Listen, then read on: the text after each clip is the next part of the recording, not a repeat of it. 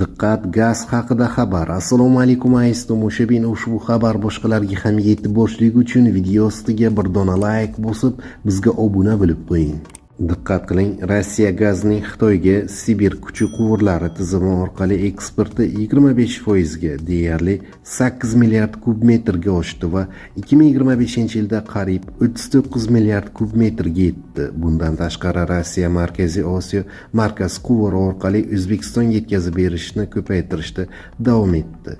Buning natijasida ushbu yo'nalishdagi umumiy eksport hajmi taxminan 30% ga o'sib, 2025-yilda 7 milliard kub metrdan oshdi, deyiladi hisobotda. Avvalroq Gazprom 2025-yil oxirida birinchi marta Xitoyga Yevropaga qaraganda ko'proq gaz yetkazib bergani, bu hajm 38,8 milliard kub metrni tashkil etgani haqida xabar bergan edi.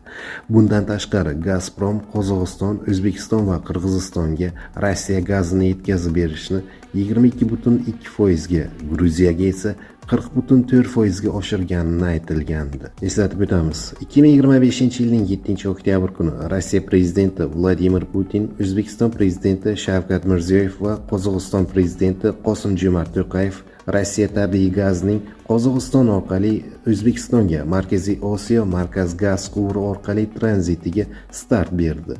Ushbu quvur orqali O'zbekiston har yili Rossiyadan tijoriy shartnoma asosida 2,8 milliard kub metr gaz sotib olishi belgilangandi. Aniq ma'lumotlarga ko'ra, Rossiya 2025-yilda O'zbekistonga 7,7 milliard kub metr tabiiy gaz yetkazib bergan. Biroq gazni qanchadan sotib olinayotgani haqida rasmiy ma'lumot berilmagan.